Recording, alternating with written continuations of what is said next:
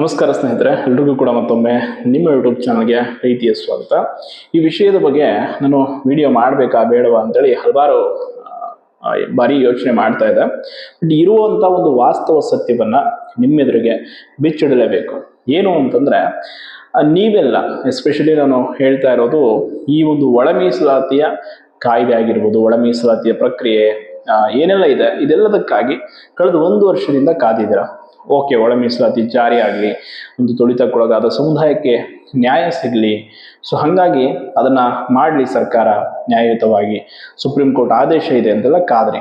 ಆದರೆ ಇತ್ತೀಚೆಗೆ ಈ ಒಂದು ಮೀಸಲಾತಿಗೆ ವಿಘ್ನ ಬರುವಂತ, ಅಂದ್ರೆ ಇನ್ನೇನು ಕಾಯ್ದೆಯನ್ನ ಮಾಡಿ ಸುಗ್ರೀವಾಜ್ಞೆ ಹೊರಡಿಸ್ಬೇಕು ಅಂತ ಸರ್ಕಾರ ಸಿದ್ಧತೆ ಮಾಡ್ಕೊಳ್ತಿರುವಂತ ಹೊತ್ತಲ್ಲಿ ಈ ಒಂದು ಸಮಯದಲ್ಲಿ ಒಬ್ರು ಕೇಸ್ ಹಾಕೊಂಡಿದ್ದಾರೆ ಇದ್ರ ಮೇಲೆ. ಅಂದ್ರೆ ಅದು ಡೈರೆಕ್ಟ್ಲಿ ಒಳ ಮೀಸಲಾತಿ ಮೇಲೆಲ್ಲ, ಬಟ್ ಇಂಡೈರೆಕ್ಟ್ಲಿ ಅದಕ್ಕೆ ಎಫೆಕ್ಟ್ ಆಗೋ ರೀತಿ. ಅದು 56% ರಿಸರ್ವೇಶನ್ ಆಕ್ಟ್, ಅದೇನು ಕಾಯ್ದೆ ಇದೆ, ಸೊ ಅದು ಇಂದಿನ ಬಿಜೆಪಿ ಸರ್ಕಾರ ಮಾಡಿರುವಂಥದ್ದು ಕಂಪ್ಲೀಟ್ಲಿ ರಾಂಗ್ ಇದೆ. ಸೊ ಅದನ್ನ ನೀವು ನಿರ್ಬಂಧ ಮಾಡಿ ಅಂತೇಳಿ ಕೇಸ್ ಹಾಕೊಂಡಿದ್ದಾರೆ. ನಾನು ಒಂದು ಪ್ರಶ್ನೆ ಇಲ್ಲಿ ನಮಗೆ ಸಹಜವಾಗಿ ಮೂಡುವಂಥದ್ದು, ಇವ್ರು ಇಷ್ಟು ದಿನ ಏನು ಮಾಡ್ತಾ ಇದ್ರು? ಇವ್ರಿಗೆ ಈಗ ಗೊತ್ತಾಯ್ತಾ ಈ 56% ರಿಸರ್ವೇಶನ್ ಲೀಗಲ್ ಇಲ್ಲ ಅಂತ? ಓಕೆ, ನಮಗೇನಾದ್ರ ಬಗ್ಗೆ ಅರಿವಿರ್ಲಿಲ್ಲ. ಕೇಸ್ ಆದ್ಮೇಲೆ KT ಆದೇಶ ಆದ್ಮೇಲೆ ಅದು ಗೊತ್ತಾಯ್ತು, ಓಕೆ. ಬಟ್ ಈಗ ಕೇಸ್ ಹಾಕಿರುವಂತವ್ರು ಮಹಾನುಭಾವರು ಯಾಕೆ ಇದನ್ನ ಮುಂಚೆ ಯೋಚನೆ ಮಾಡಲಿಲ್ಲ? ಅಂಡ್ ಎಲ್ಲದಕ್ಕಿಂತ ಹೆಚ್ಚಾಗಿ ಇವರ ಸ್ವಪ್ರತಿಷ್ಠೆ, ಒಳ ಜಗಳಗಳು, ಒಳ ಕಚ್ಚಾಟಗಳು ಏನಿದೆಯೋ ನಮ್ಗೆ ಗೊತ್ತಿಲ್ಲ. ಆದ್ರೆ ಇವರು ಮಾಡ್ತಾ ಇರುವಂತ ಕೆಲಸದಿಂದ ಇವರಷ್ಟೇ ಅಲ್ಲ, ಸರ್ಕಾರ ಕೂಡ ಅಷ್ಟೇ, ಅದನ್ನ ಹೆಂಗೆ ಮಾಡಬೇಕು, ಮುಂದೆ ಸಮಸ್ಯೆ ಆಗದೇ ಇರೋ ರೀತಿ ಅನ್ನೋದನ್ನ ಯೋಚಿಸದೆ ಬೇಕಾಬಿಟ್ಟಿಯಾಗಿ ಆವಾಗ ಸಮೀಕ್ಷೆಗಳನ್ನ ಮುಂದೂಡುತ್ತಾ, ಸಮಯವನ್ನ ದೂಡುತ್ತಾ ಬಂದ್ರು. ಇವ್ರಿಗೇನು ಕೋಟ್ಯಾಂತರ ರೂಪಾಯಿ ಹಣ ಇರುತ್ತೆ, ಇವ್ರ ಮಕ್ಕಳೆಲ್ಲ ವಿದೇಶಗಳಲ್ಲಿ ಓದ್ತಾ ಇರ್ತಾರೆ, ಒಳ್ಳೆ ಜೀವನ ಇದೆ, ಓಕೆ. ಬಟ್ ಬಡವರ ಮಕ್ಕಳು PC ಆಗ್ಬೇಕು, PSI ಆಗ್ಬೇಕು, ಯಾವುದೋ ಒಂದು FD ST ಹುದ್ದೆ ಪಡಿಬೇಕು ಅಂತ ಕಷ್ಟಪಟ್ಟು ಓದ್ತಾ ಇರೋ ಲಕ್ಷಾಂತರ ಬಡ ಮಕ್ಕಳಿಗೆ ಇವರು ಮಾಡೋದಕ್ಕೆ ಹೊರಟಿರೋದು ಏನು? ಇದು ಮೋಸನೇ. ನೀವು ವಯೋಮಿತಿ ಸಡಿಲಿಕೆಯನ್ನ ಕೊಡೋದು ಬೇಡ, ಅಟ್ಲೀಸ್ಟ್ ನೇಮಕಾತಿಗಳನ್ನ ಶುರು ಮಾಡಿ.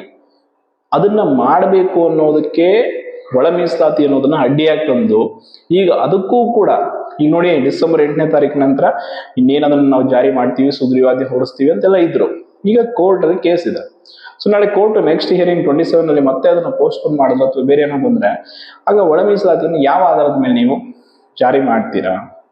ಸೊ ಈ ರೀತಿ ಇರುವಂತ ಸಮಯದಲ್ಲಿ ಯಾಕಿದು ತಮ್ಮ ರಾಜಕೀಯ ಹಿತಾಸಕ್ತಿಯೋ, ರಾಜಕೀಯ ಲಾಭವೋ, ಇಂದಿನ ಸರ್ಕಾರದವ್ರು ಏನೋ ತಮ್ಮ ಲಾಭಕ್ಕೋಸ್ಕರ ಮಾಡಿದ್ರು, ವೋಟ್ ಬ್ಯಾಂಕ್ಗೋಸ್ಕರ ಅದನ್ನ ಇವರು ಮುಂದುವರ್ಸ್ಕೊಂಡು ಹೋದ್ರು. ಬಟ್ ಇವ್ರು ಯಾರಿಗೂ ಸಾಮಾನ್ಯ ಪ್ರಜ್ಞೆ ಇಲ್ವಾ? ಇದು ಕಾನೂನು ರೀತಿಯಲ್ಲಿ ಹಿಂಗಿದೆ, ನಾಳೆ ಸಮಸ್ಯೆ ಬರುತ್ತಾ, ಇದರಿಂದ ಬೇರೆ ಬೇರೆ ನೇಮಕಾತಿ, ಬೇರೆ ಬೇರೆ ಬಡ್ತಿಗಳು, ಶೈಕ್ಷಣಿಕ ಸೀಟುಗಳ ಹಂಚಿಕೆ, ಇದಕ್ಕೆಲ್ಲ ಸಮಸ್ಯೆ ಆಗಲ್ವಾ ಅನ್ನೋ ಒಂದು ಸಣ್ಣ ಪರಿಜ್ಞಾನ ಕೂಡ ಇಲ್ಲದಂತ ಮಹಾಶಯರು ಸರ್ಕಾರದಲ್ಲಿ ಒಂದು ಇಲಾಖೆಗಳಲ್ಲಿ ಕೆಲಸ ಮಾಡ್ತಾ ಇರ್ತಾರ. ಹೆಂಗಿದೆ ವ್ಯವಸ್ಥೆ ಇವತ್ತು ಅಂತಂದ್ರೆ, ಆ ರಾಜಕಾರಣಿಗಳು ತಮ್ಮ ಒಂದು ಚುನಾವಣಾ ಕ್ಷೇತ್ರಗಳು ಏನಾದ್ರು ಅಲ್ಲಿ MLA ನೋ MP ನೋ ಇಮಿಡಿಯೇಟ್ ಆಗಿ ಅಲ್ಲಿ ಖಾಲಿ ಉಳಿದ್ಬಿಟ್ರೆ ಏನಾದ್ರೆ ಚುನಾವಣೆ ಮಾಡ್ಕೊಂಡನ್ನ ಫಿಲ್ ಮಾಡ್ಕೊಳ್ತಾರೆ. ಖಾಲಿ ಇರೋ ಹುದ್ದೆಗಳ ಭರ್ತಿಗೆ ನೀವು ಇಷ್ಟು ಕಾಳಜಿ ತೋರಿಸ್ತಾ ಇಲ್ಲ, ಅವುಗಳನ್ನ ಭರ್ತಿ ಮಾಡ್ಕೊಳ್ತಾ ಇಲ್ಲ ಅಂದ್ರೆ ನಿಮ್ಮ ಮಕ್ಕಳಿಗೆ ಭವಿಷ್ಯ ಸುರಕ್ಷಿತವಾಗಿದೆ. ಅವರು MLA ನೋ, ಫ್ಯೂಚರಲ್ಲಿ MP ನೋ ಅಥವಾ ಏನೋ ಇಲ್ಲ ಅಂದ್ರೆ ಯಾವುದೋ ಒಂದು ಇಷ್ಟು ಬಿಸ್ನೆಸ್ ಮಾಡ್ಕೊಂಡು ಬದುಕಿಸ್ಬಿಡ್ತೀರಾ.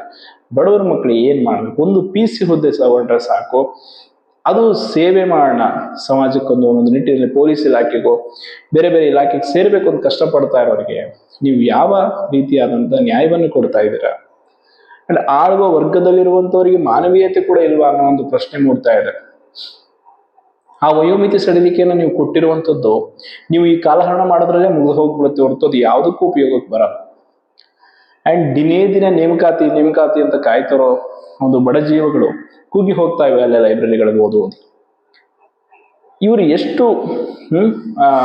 ಲಜ್ಜೆಗೆಟ್ಟು ತಮ್ಮ ಬಡತನವನ್ನು ತೋರಿಸ್ತಾ ಇದ್ದಾರೆ ಅಂತಂದ್ರೆ, ಈಗ ಕೇಸ್ ಹಾಕೊಂಡಿರೋರು ಅಂಡ್ ಈ ಕೇಸ್ಗೆ ಬೆನ್ನೆಲುಬಾಗಿ ಯಾರು ನಿಂತಿದ್ದಾರೋ ಅದು ನಮ್ಗೆ ಗೊತ್ತಿಲ್ಲ.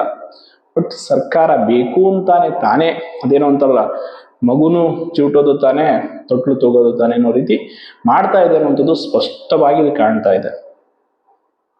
ನಿಮಗೆ ಅವತ್ತೇ ಹೇಳಬೇಕಿತ್ತು, ನಮಗೆ ಆ ಸಮುದಾಯದವರಿಗೆ ನ್ಯಾಯ ಕೊಡಿಸೋಕ್ಕಾಗಲ್ಲ, ಇದು ಹಿಂಗಿದೆ ಹಿಂಗಿಲ್ಲ ಅಂತ ನೀವು ಅದರಿಂದ ಹಿಂದೆ ಸರಿಬೇಕಿತ್ತು. ಇಲ್ಲ ಏನಿದೆ ಖಾಲಿ ಇರೋ ಹುದ್ದೆಗಳನ್ನ ಭರ್ತಿ ಮಾಡಬೇಕಾಗಿತ್ತು. ಈ ನಾಟಕಗಳು, ಈ ಡ್ರಾಮಾಗಳೆಲ್ಲ ಬೇಕಿತ್ತ? ಇವತ್ತು ನ್ಯಾಯಾಲಯಕ್ಕೆ ಹೋಗಿ ಕೇಸ್ ಆಗಿ ಇದನ್ನ ಈ ಹಿಂದೆ ಕರೆಕ್ಟ್ 1 ತಿಂಗಳಿಂದ ಗೋವಿಂದ ಕಾರಜೋಳ ಅವರು ಇದನ್ನೇ ಹೇಳಿದ್ರು, ಈ ಸರ್ಕಾರಕ್ಕೆ ಈ ಯಾವ ಒಳ ಮೀಸಲಾತಿ ಏನು ಮಾಡೋ ಹಿತಾಸಕ್ತಿ ಇಲ್ಲ, ಸುಖ ಸುಮ್ಮನೆ ನಾಳೆ ಇದನ್ನ ಮತ್ತೆ ನೋಡಿ ಕೋರ್ಟಿಗೆ ತೆಗೆದುಕೊಂಡು ಹೋಗ್ತಾರೆ, ಹೋಗಿ ಏನೋ ಮಾಡ್ತಾರೆ ಅಂತ ಹೇಳಿದ್ರು ಅವರು. ಹಂಗೆ ನಡೀತಾ ಇದೆ ಆಸ್ ಇಟ್ ಈಸ್. ಎಷ್ಟು ದಿನ ಅಂತ ಈ ನಾಟಕಗಳು, ಈ ಡ್ರಾಮಾಗಳು, ಸುಳ್ಳು ಭರವಸೆಗಳು ಎಷ್ಟು ದಿನ ಕೇಳ್ಬೇಕದನ್ನೆಲ್ಲ? ಈ 1ನೇ ತಾರೀಕು ಧಾರವಾಡ ಚಲೋ ಏನೋ ದೊಡ್ಡ ಒಂದು ಅಭಿಯಾನ, ಎಲ್ಲ ಒಂದು ರಾಜ್ಯಾದ್ಯಂತ ಎಲ್ಲ ಸ್ಪರ್ಧಾತ್ಮಕ ಪರೀಕ್ಷೆ ಆಕಾಂಕ್ಷಿಗಳು ಬನ್ನಿ ಅಲ್ಲಿ, ಅವತ್ತು ಹೋರಾಟ ಮಾಡಿ, ಅವತ್ತು ಪ್ರತಿಯೊಂದನ್ನ ಪ್ರಶ್ನೆ ಮಾಡಿ ಸರ್ಕಾರಕ್ಕೆ ಈ ಮೀಸಲಾತಿ ಎಲ್ಲ ವಿಷಯಗಳನ್ನ ನೋಡೋಣ. ಅದು ಹೆಂಗೆ ಸರ್ಕಾರ ಈ ವಿಷಯವನ್ನ ಡಿಸ್ಕಸ್ ಮಾಡದೆ, ಸದನದಲ್ಲಿ ಚರ್ಚೆ ಮಾಡದೆ ಸುಮ್ಮನಿರ್ತಾರೆ ಅನ್ನೋದು ಗೊತ್ತಾಗುತ್ತೆ. ಆ ಹೋರಾಟಕ್ಕೆ ಎಲ್ಲರೂ ಸಪೋರ್ಟ್ ಕೊಡಿ, ಆ ಹೋರಾಟ ಯಶಸ್ವಿ ಆಗಲಿ ಅಂತ ಹೇಳ್ತಾ ಧನ್ಯವಾದ.